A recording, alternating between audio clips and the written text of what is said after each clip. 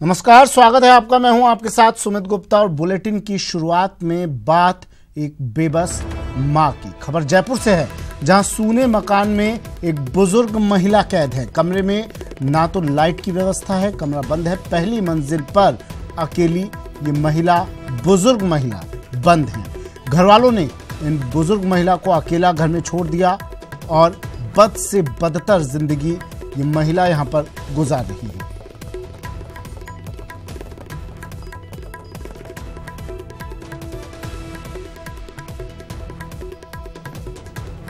जयपुर में सूने मकान में कैद एक बुजुर्ग महिला, कमरे में लाइट तक की व्यवस्था नहीं है।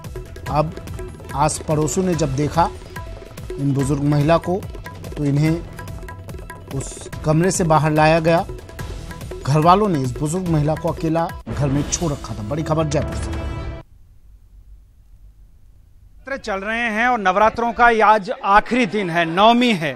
माँ की पूजा करते हैं, जगदम्बा के रूप में पूजा करते हैं, कन्याएं जिमाते हैं और माँ का पूजन होता है। लेकिन एक माँ इस मकान में बंद है। ये मकान मैं आपको दिखाना चाहूंगा। 8/61 मालवीय नगर मकान है। उद्धव दास हैं जिनका ये मकान है और इसमें एक माँ बंद है और बेटे और बेटियां हैं कि उनकी सुध लेने को तैयार नहीं है। मलमूत्र के बीच में बद से बदतर जिंदगी गुजारने के लिए वो माँ मजबूर है। ऊपर वाले इस कमरे के अंदर जो आप देख पा रहे हैं, कैमरे की नजर से मैं आपको दिखाने की कोशिश कर रहा हूं, ऊपर वाले कमरे में वो महिला कैद है। उनकी तस्वीरें भी हम आपको दिखाएंगे, लेकिन उससे पहले यहाँ के जो स्थानीय नागरिक हैं उनसे मैं बात करने की कोशिश करूंगा। आप देखिए, जैसे हम लोग यहाँ पहुंचे हैं, सब लोग यहाँ इकट्ठा हो गए। सबका यही कहना है कि इनकी सुध लेने के लिए कोई नहीं आता है। अब देखिए, ये यहाँ की स्थानीय महिला है, उनसे हम बात करेंगे। क्या नाम आपका? मेरा नाम जया। जया जी, क्या मामला है? ये ऊपर एक महिला रहती है आपकी कॉलोनी में। हाँ, तो इनको हम बहुत बुलाते हैं तो वो आते ही नहीं है, और आते भी हैं तो यहाँ पे बैठ के थोड़ी देर चले जाते। हरी मिष्ठान वाले इनके जेठ हैं और कहते जब मरेगी हम प्रॉपर्टी ले लेंगे। किनका मकान है, कुछ पता लग पाया है? मकान तो इनका ही है, उद्धव दास का है मकान। वो जब बीमार हुए थे ना, तो ऐसी बीमारी में उनसे साइन करवा के कागज अपने नाम करवा दिए। अब वो मर गए, अब इसको कहते मरेगी तो हम प्रॉपर्टी ले लेंगे। तो इनका खाना वगैरह कौन दे के जाता है? पहले किराएदार रहते थे, वो देते थे, अब हम पड़ोसी देते हैं। अच्छा, और कोई नहीं आता? नहीं। मलमूत्र के बीच में पड़ी हैं वो माँ। तो अभी 4-5 दिन से मलमूत्र में पड़ी है। उनको बुलाते हैं तो हम ना भंगी वगैरह को भी लेके आते हैं, तो वो ऊपर आने ही नहीं देती किसी को। उनको कहते मरे जाके। हमने पुलिस में फोन किया, कौन नहीं आने दे रहा? यही औरत है ना, कहती मैं नहाऊंगी नहीं। लड़के आते हैं ना, क्या है कि अब आप सोचो भंगी आते हैं तो लड़का ही आता है, वो कहती मैं इससे नहीं नहाऊंगी। तो अब हमारे भी बस की नहीं है जो इसको नहलाएं। ऐसी गंदगी में तो कौन जाए। बिल्कुल, आप देख सकते हैं जिस तरह से लोग बता रहे हैं, नवरात्रों में माँ की पूजा की जाती है, लेकिन माँ की स्थिति यहाँ कैसी है, वास्तविकता आप देखिए। आप मंदिर जाने के बजाय अगर अपने घर की माँ को संभालेंगे तो ज्यादा बेहतर होगा। और भी लोग हमारे साथ हैं, उनसे हम बात कर सकते हैं। आप देखिए, ये यहाँ की स्थानीय महिलाएं हैं। मैडम, ये क्या मामला है पूरा यहाँ पर, किस तरह की स्थिति है? इनकी मकान इनके पति के नाम था, उद्धव दास जोतवानी के नाम, तो उन्होंने साइन करवा के अपने नाम करवा लिया। ये पता नहीं किसके नाम करवाए। हरी मिष्ठान वाले जिंदा थे, अभी वो नहीं रहे। उनके बेटे हैं। अब वो बेटे हैं? 2 बेटे हैं। एक का नाम तो पद्दू जोतवानी है, दूसरे का मेरे को पता नहीं है।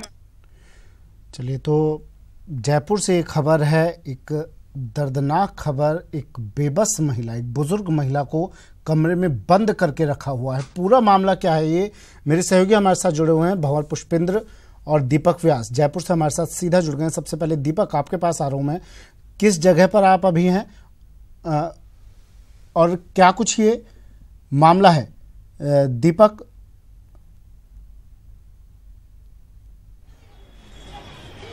देखिए सुमित, अभी जयपुर में जो हवा महल है उसके पास में एक दुकान है, हरी मिष्ठान भंडार, वहां पर मैं मौजूद हूँ। और जो महिला है जो कि इस कमरे के अंदर मालवीय नगर के इलाके में बंधक थी, या फिर हम कहें कि बंद थी पिछले कई दिनों से, उसके रिश्तेदारों का ये पूरा जो रिश्तेदार हैं उनकी ये दुकान यहाँ पर बताई जा रही है।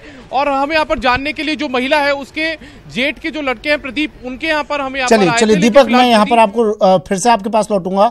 भंवर, आपके पास आ रहा हूँ मैं। क्या आप घर के बाहर हैं इस वक्त? क्या स्थिति वहाँ? महिला को नीचे लाया गया, क्या कुछ किया जा रहा है? जी बिल्कुल, मैं आपको बता दूं कि महिला को अभी यहाँ से महिला को रेस्क्यू किया गया है। बहुत ही बदतर हालत के अंदर, बद से बदतर हालत के अंदर महिला थी। मैं आपको बता दूं, ये ऊपर वो कमरा है जिसके अंदर वो महिला थी और 8/61 मालवीय नगर ये इस मकान का एड्रेस है।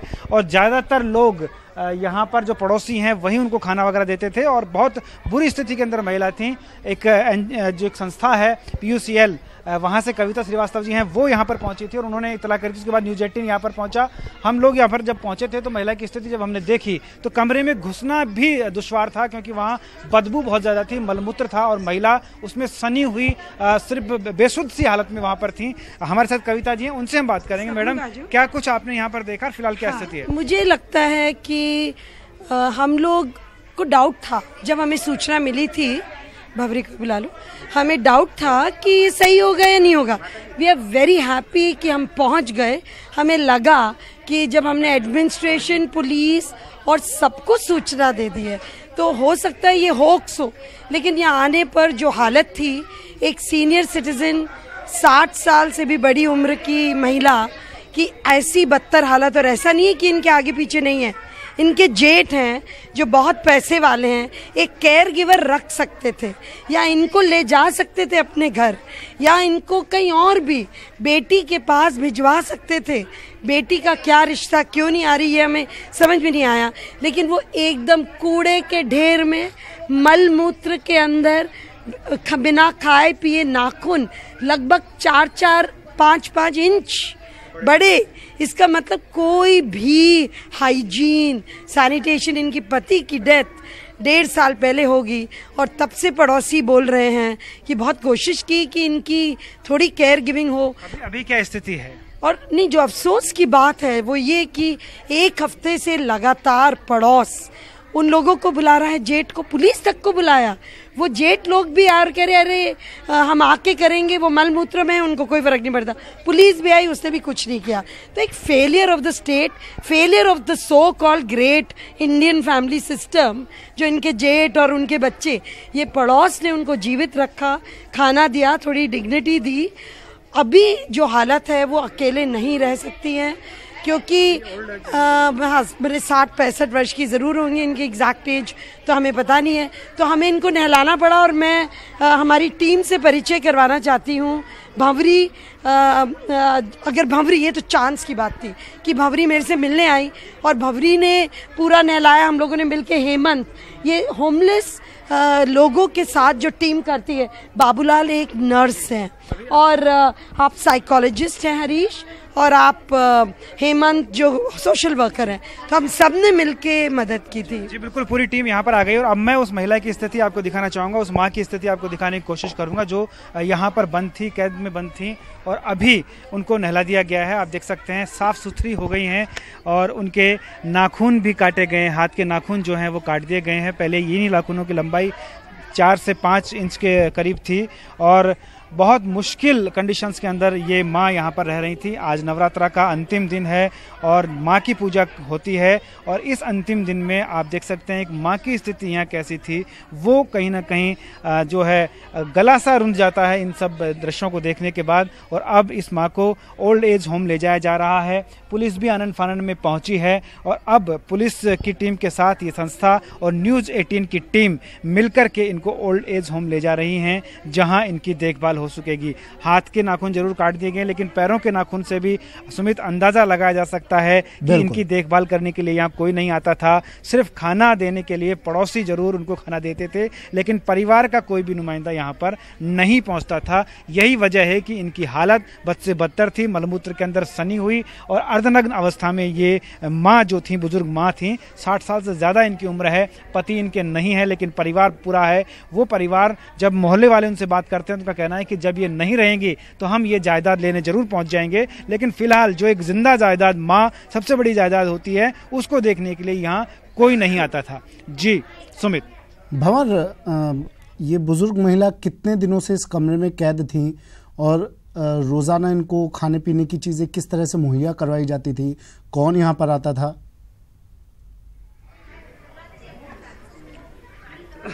जी बिल्कुल, मैं आपको बता दूं सुमित कि ये फरवरी के बाद से इनकी यही स्थिति है और मैं कोशिश भी करूंगा उनसे बात करने की। हालांकि उनकी मानसिक स्थिति उतनी ठीक नहीं है कि वो कुछ बोल पाएंगे, लेकिन फिर भी न्यूज़ 18 शुरू से इस पूरे वाक़ये पर नज़र बनाए हुए हैं और हम इनसे बात करेंगे। माता जी, अभी आप वहाँ जो ऊपर रहते हैं जिस कमरे में, किसका मकान है? कोई संभालने आता है? नहीं, मेरा ही है। आपका मकान है, कोई संभालने आता है? नहीं, नहीं आता है। अच्छा, आपके परिवार वाले तो होंगे और जेठ देवर वगैरह सब? वो कंवर नगर है। कंवर नगर में रहते हैं। बड़ी मिठाई की दुकान है उनकी? हनी मिष्ठान भंडार। मिष्ठान भंडार है। तो आपको संभालने नहीं आते? नहीं। अच्छा, कितने दिन से खाना नहीं खाया आपने? 3 दिन। 3 दिन से नहीं खाया है? 4 दिन से कुछ नहीं अच्छा लग रहा है। 4 दिन से कुछ नहीं खाया। कौन खाना खिलाता था आपको? मेरे पड़ोसी लेके जाते थे, लेकिन मैं ठंडा पीती हूँ। अच्छा, पड़ोसी लेके जाते थे। तो सुमित, आप देख सकते हैं इनका कहना है कि पड़ोसी इनको खाना खिलाते थे और अब 4 दिन से इन्होंने खाना नहीं खाया, यानी कि निवाला 4 दिन से हलक के नीचे नहीं उतरा है। और मैं बार बार वही कह रहा हूं, सवाल यहाँ पर ये भी है कि जो लोग इनको खाना देने आते थे, जो लोग खाना खिलाने आते थे, क्या उन्होंने सूचना देने की जरूरत नहीं समझी कि इस हालत में बुजुर्ग महिला यहाँ पर अपनी जिंदगी बसर कर रही हैं?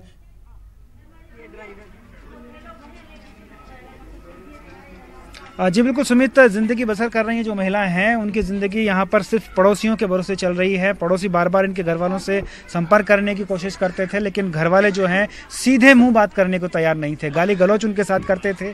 बावजूद इसके पुलिस, और सबसे बड़ा फेलियर अगर हम कहें तो पुलिस का बड़ा फेलियर है, क्योंकि पुलिस को सूचित किया था यहाँ की कॉलोनी के लोगों ने, और पुलिस जब यहाँ पर पहुंची थी, PCR वैन यहाँ पर आई थी, सिर्फ देखा और इतिश्री करके चली गई। प्रशासनिक जो अमला है उसको सूचना नहीं दी गई। खुद SHO ने यहाँ कहा कि मुझे खबर ही नहीं है, और ये तो बड़ा सवाल है कि किसी SHO को खबर नहीं होती कि उनकी PCR कहाँ गई, क्या उन्होंने देखा, किस कॉल पर वो पहुंची है। और हम लोग देखिए, कोई नई बात नहीं है कि हमारी पुलिस किस तरह से अपने कर्तव्य को पूरा करने में जुटी हुई है। फिर से एक मामला ऐसा आता है, पुलिस को सूचना दी जाती है, लेकिन वो फिर से काम टालम टोल वाला करके यहाँ से निकल जाती है। दीपक व्यास मेरे सहयोगी, हरी मिष्ठान भंडार, उसके बाहर, इस दुकान के बाहर है, जो इस महिला के, बुजुर्ग महिला के रिश्तेदारों की ये दुकान है। दीपक, क्या कुछ वहां पर आपने बात करने की कोशिश की इनके रिश्तेदारों से, क्या कह रहे हो?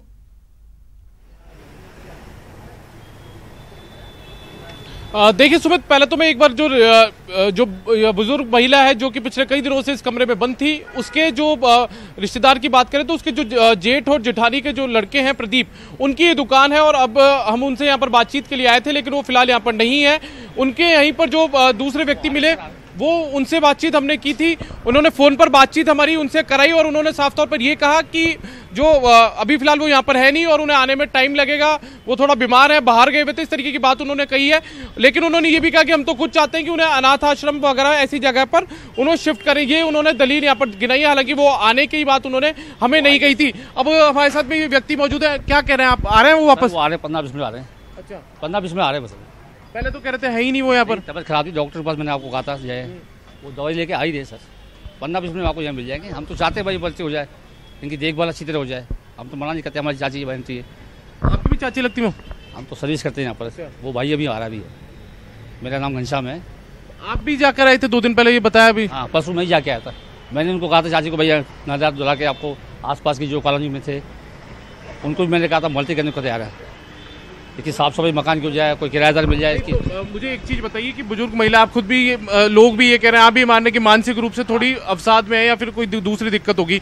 अब यदि वो खुद आगे बढ़कर नहीं कहती है कि मुझे अनाथ आश्रम छोड़ दीजिए, या खुद नहाने के लिए नहीं कहती है, तो क्या ये हमारी मजबूरी, नैतिक मजबूरी नहीं बन जाती है क्या कि हम खुद उन्हें नहलाएं, उन्हें दवा दें? परसों मैं जाके आया था, मैंने कहा चाची मैं नहला रहा हूँ, बोले आज मत जाओ, नवरात्र है, कल आप आ जाओ।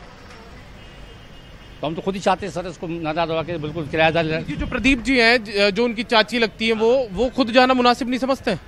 उनकी तबीयत बिल्कुल बिगड़ चुकी है। मैंने कहा दवाई दारू आसपास के सबको कहा था, पड़ोसियों को भी मैंने, भाई इनको हम अच्छी जगह पे देखभाल किराएदार मिल जाए, कोई हमको किराया भी नहीं चाहिए, जो भी इनको मिलेगा किराया हम इनको दे देंगे, बस चाची की देखभाल हो जाए। चाची को अपने साथ नहीं रख सकते? अब उसका दिमाग तो जिस पर क्या करें, रात को बहकी बहकी बातें करती है, बच्चे जो आते हैं आसपास के भतीजे जो वगैरह डर जाते हैं, आसपास की कॉलोनी परेशान है सर। अच्छा दीपक, ये बुजुर्ग महिला के घर से इस दुकान की दूरी कितनी है संक्षिप्त में?